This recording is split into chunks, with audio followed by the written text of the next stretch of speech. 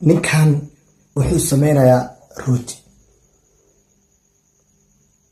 rootiga ha sameeyo iskuma haysto. adinkana idaabanayo waad ogtihiin nadaafadda waa iimaanka barkiisa. haddaadan nadaafad lahayn iimaankaaga waa loo yaabaa.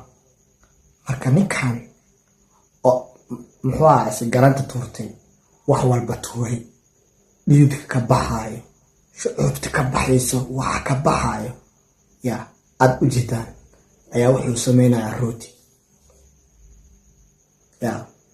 meel walba cunto wuu xoqanayaa, kadibna rootigan wuu sameynayaa, kadibna wuu suuq geynayaa. dad ayaa waxay ku leeyihiin wuu shaqaysanaya ninkan. ha shaqaysto iskuma diidana, balse nadaafadda ilaali. haddaadan nadaafadda ilaalinaynin, dadka ha laaynin, dadka ha dhibaataynin, dadka ha dilin, dadka cudur ha u keenin. waxaan ha tirtaan rootigan ninkaasaan uu meesha ku dhaanteynayo. hadduu meesha dadka suuqa uu geeya kabaran, dadka ay cunaan, maxaa ku dhacaya? shuban biyoodaa ku dhacaya, cagaarshowaa ku dhacaya, wax walbaa ku dhacaya. maxaa yeelay ninkan ayaa lugaha ku qasay, gacmaha ku qasay, ku dhiiday. hataa uuma jiro mask, uuma jiro golf. wax uu wata ilaahay abuuray oo nadaafadda loogu talagalay ma jiro. africa aan joognaa.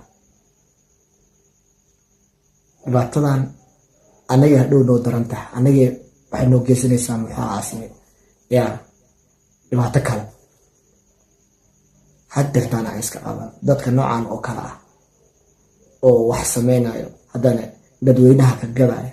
haddeertaan haddaa meel ku ogtihiin, runta u sheega, ku dhaha waryahay waxaan dadka haka gedin, waxaan dadka haka gedin as meel fiican samayso, shaqadaada caadi ka dhigo, nadaafadda ilaali.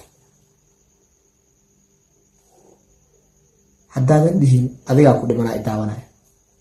haddaadan muuqaalkan shar gareynin oo aadan tusin ninkan wax qaladka uu sameynayo dadka kale, adigaa ku dhiman doona.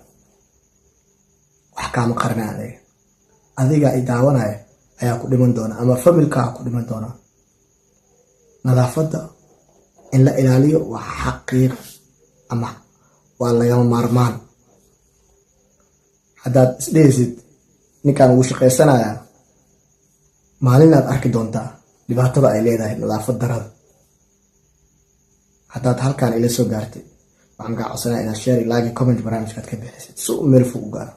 anigana waxay ii tahay dhiirigelin. mahadsanidin.